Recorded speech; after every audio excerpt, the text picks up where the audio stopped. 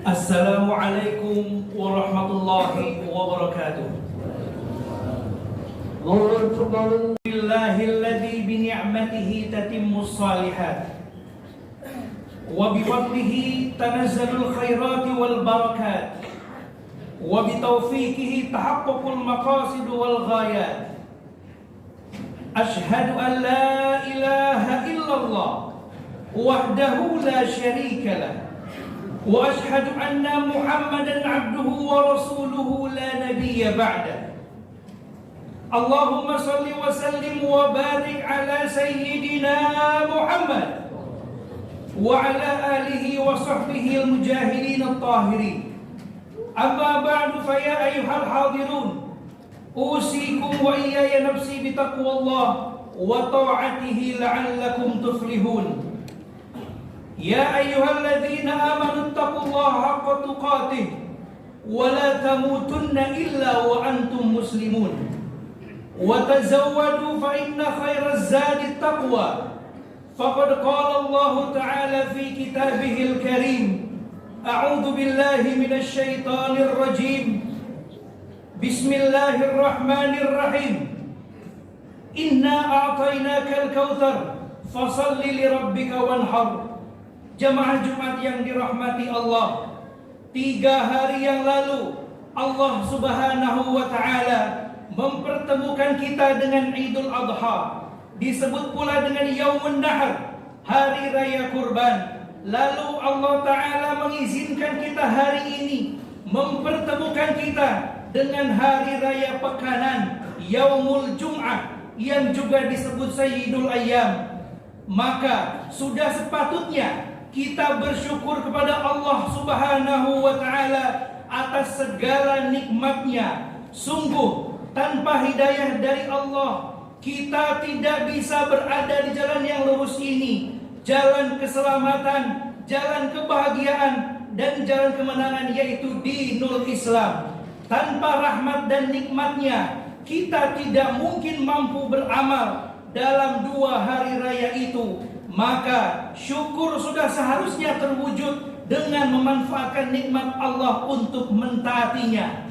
Sidang Jumat yang dirahmati Allah, udhiyah bermula sejak zaman Nabi Ibrahim yang diperintah Allah melalui mimpinya untuk menyembelih putra kesayangannya Ismail. Sekaligus satu-satunya itu.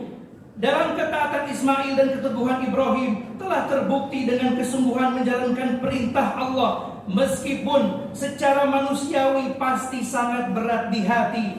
Faqala ta'ala, inna a'tainakal kautsar fashalli lirabbika wanhar.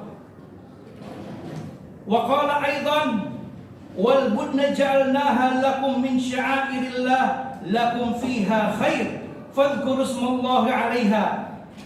Jamaah Jumat rahimakumullah, ibadah kurban sesungguhnya mengandung hikmah yang dalam. Ia mengandung dimensi semangat dan spiritual, sekaligus dimensi sosial. Ia mendekatkan hamba kepada Allah, sekaligus membuatnya peduli dengan sesama. Jika hikmah itu dicapai dengan kurban, dengan menyembelih hewan seperti unta, sapi, dan kambing dan lain sebagainya, kemudian membagikannya kepada sesama, sungguh semangat itu juga harus kita miliki, baik kemarin ketika Idul Adha atau sekarang setelah Idul Adha. Semangat untuk peduli kepada sesama, untuk menebar kemanfaatan kepada manusia, untuk mengorbankan sesuatu yang berharga demi kejayaan agama. Spirit kurban atau semangat kurban harus dilanjutkan pada setiap masa, setiap bulan, setiap waktu kehidupan. Karenanya selain kata udhiyah atau kurban, dalam Islam juga dikenal kata at-tadhiyah atau pengorbanan. Semangat pengorbanan yang dianjurkan dalam setiap fragmen kehidupan itu tidak lain ialah at-tadhiyah.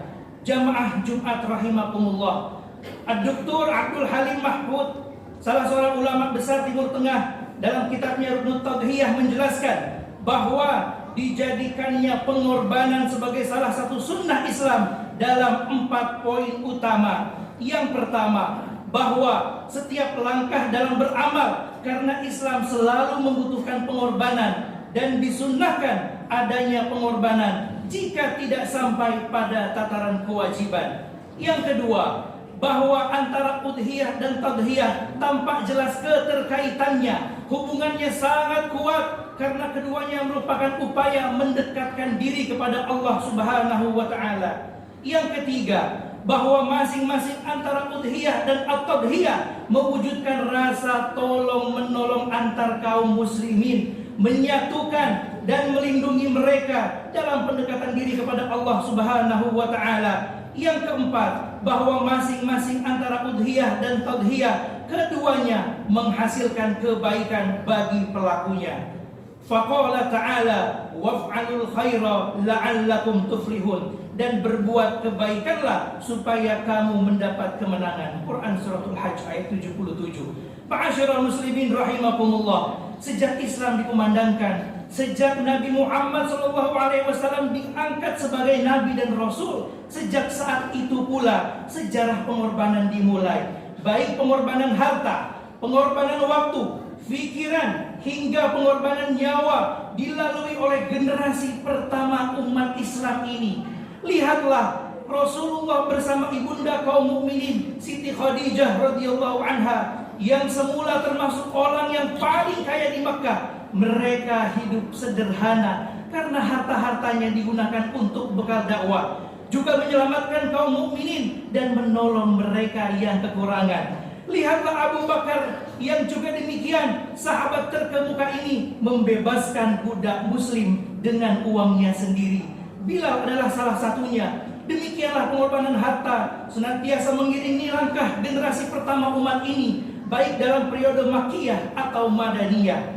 Pengorbanan waktu juga dilakukan oleh seluruh sahabat. Tidak ada satupun di antara mereka yang memeluk Islam kecuali setelah itu segera mengorbankan waktunya untuk mendakwahi orang lain.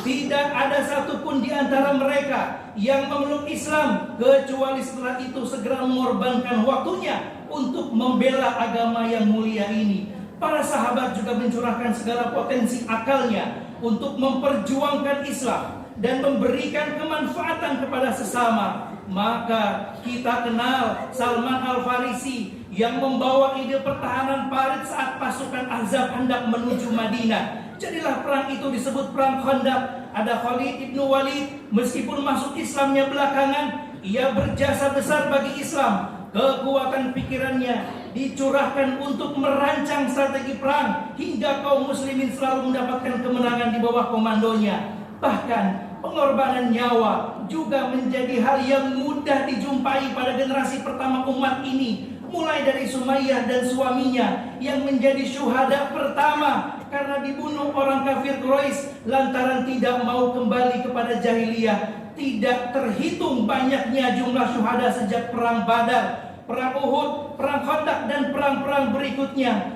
Karakter para sahabat itu adalah menyambut seruan jihad fi sabilillah dengan siap mengorbankan nyawa mereka menjadi syuhada fi sabilillah.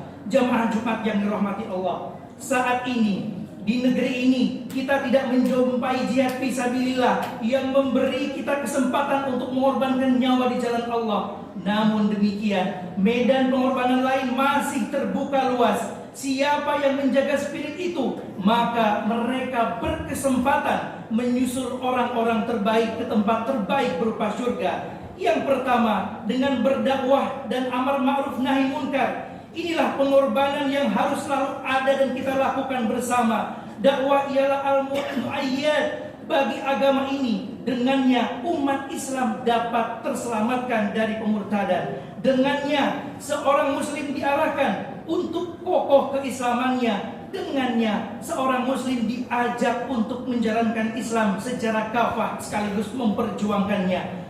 Faqala ta'ala wal takum minkum ummatun yad'una ilal khair wa ya'muruna bil ma'ruf wa yanhauna 'anil munkar wa ulaika humul muflihun. Yang artinya, dan hendaklah ada di antara kamu segolongan umat yang menyeru kepada kebaikan, menyuruh kepada amar ma'ruf dan mencegah dari yang munkar. Merekalah orang-orang yang beruntung. Quran surat Ali Imran ayat 104. Yang kedua, berinfak dan sedekah, baik yang wajib ataupun yang sunnah. Seorang muslim hendaklah meneruskan semangat kurban dengan terus mengeluarkan hartanya di jalan kebaikan, dengan sedekah yang baik atau sedekah yang wajib semisal zakat maupun yang sunnah yang tidak terikat dengan ketentuan besaran dan waktunya, dengan menyantuni fakir dan miskin serta kaum duafa. Bukan hanya kita bersyukur kepada Allah Subhanahu wa taala, tetapi juga berupaya untuk memperkokoh keislaman mereka dan menumbuhkan saling cinta. Jangan sampai kita menjadi pendusta agama yang tidak peduli dengan beban sesama. Faqala ta'ala, ara'aita alladhi yukadzibu bid-din fadzalika alladhi yad'ul yatim wa la yahuddu 'ala ta'amil miskin. Yang artinya, tahukah kamu orang yang mendustakan agama? Itulah orang yang menghardik anak yatim dan tidak menganjurkan memberi makan orang miskin. Quran surat Al-Ma'un ayat 1-3. Yang berikutnya yang ketiga, yaitu berkontribusi sesuai kompetensi. Ketika seorang muslim bekerja, hendaklah ia niatkan untuk ibadah, bahwa ia sedang turut membangun peradaban Islam, membantu sesama, menebar kebaikan dan kemanfaatan bagi manusia. Maka segala daya yang dikeluarkannya, lelahnya, energinya, semuanya menjadi bentuk pengorbanan. Karenanya seorang muslim yang memiliki semangat berkorban pada saat yang sama, ia juga memiliki semangat untuk terus meningkatkan kinerja dan memperbaiki prestasi. Ja'alanallahu ayyakum minal faizinal amin wa adkhalana wa iyyakum fi sumrati ibadihil mu'minin. A'udzu billahi minasyaitonir rajim. Bismillahirrahmanirrahim. Ya ayyuhalladzina amanu taqullaha wa qulu qawlan sadida. Barakallahu li wa lakum fil Qur'anil 'azim wa nafa'ni wa iyyakum bima fihi minal ayati wadh-dhikril hakim. Innahu Alhamdulillah wassalatu wassalamu ala Rasulillah wa la haula wa la quwwata illa billah. Ashhadu an la ilaha illallah wahdahu la syarika lah wa ashhadu anna Muhammadan 'abduhu wa rasuluhu la nabiyya ba'dah. Allahumma salli wa sallim wa barik ala nabiyyika Muhammad wa ala alihi wa man tabi'a huda ila yaumil qiyamah. Ma'asyiral muslimin arsyadakumullah, usikum wa iyaya bitaqwallah, faqad fazal mu'minuna al-muttaqun. Allahumma salli ala Muhammad wa ala ali Muhammad kama sallaita wa sallamta ala Ibrahim wa ala ali Ibrahim innaka Hamidum Majid. Wa barik ala Muhammad wa ala ali Muhammad kama barakta ala Ibrahim wa ala ali Ibrahim innaka Hamidum Majid. Rabbana innana sami'na munadiyan yunadi lil iman an aminu bi rabbikum fa amanna. Rabbana faghfir lana dhunubana wa kaffir 'anna sayyi'atina wa tawaffana ma'al abrar. Rabbana wa atina ma wa'adtana 'ala rusulika wa la tukhzina yaumul qiyamah innaka la tukhliful mi'ad. Allahumma ighfir lil mu'minina wal mu'minat wal muslimina wal muslimat al ahya'i minhum wal amwat innaka sami'un qaribun mujibud da'wat. Ya Allah, di hari baik Sayyidul Ayyam Jumat ini, curahkan rahmat dan ampunan-Mu untuk ayah dan ibu kami ya Allah. Tak dapat kami balas budi baik mereka ya Allah. Kalau mereka masih hidup, sehatkan mereka ya Allah. Andai mereka sudah kembali menghadap-Mu, lapangkan kuburnya ya Allah. Allahumma ja'al kuburahum rawdatan min riyadil jinan. Jadikanlah kubur mereka salah satu dari taman-taman surga-Mu ya Allah. Wala taj'al kuburahum hufratan min hufarin niran. Jangan jadikan kubur mereka salah satu dari lubang neraka-Mu ya Allah. Allahumma wasi' madkhalahum. Lapangkan makam-makam mereka menjadi taman-taman yang indah ya Allah. Ya Allah, jadikan anak-anak kami anak yang soleh dan solihah. Allahumma ja'al abna'ana wa banatina min huffadhil Qur'an wal hafizat. Ya Allah, jagalah anak-anak kami dari narkoba ya Allah. Selamatkan anak kami dari perbuatan maksiat ya Allah. Jadikan mereka para penghafal Quran dan penolong agama-Mu ya Allah. Allahumma ja'al hadzal balada baladan aminan mutma'innan.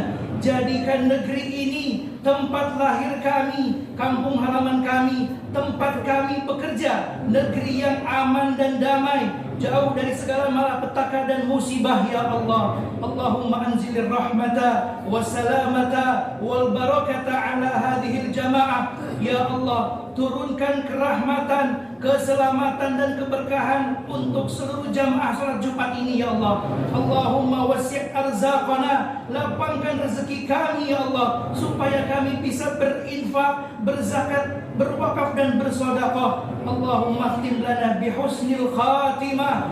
Ya Allah, ketika malaikat maut datang mencabut nyawa kami, tak banyak yang kami inginkan ya Allah. Saat itu yang keluar dari mulut kami nanti adalah kalimat tauhid, la ilaha illallah.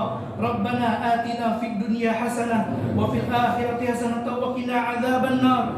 Barakallah. Innallaha ya'muru bil 'adli wal ihsan wa ita'i dzil qurba wa yanha 'anil fahsya'i wal munkari wal baghi. Ya'idukum la'allakum tadhakkarun. Fadhkurullahal 'azima yadhkurkum washkuruhu 'ala ni'amihi yazidkum was'alu min fadlihi yu'tikum wa la dzikrullahi akbar. Wallahu ya'lamu ma tasna'un.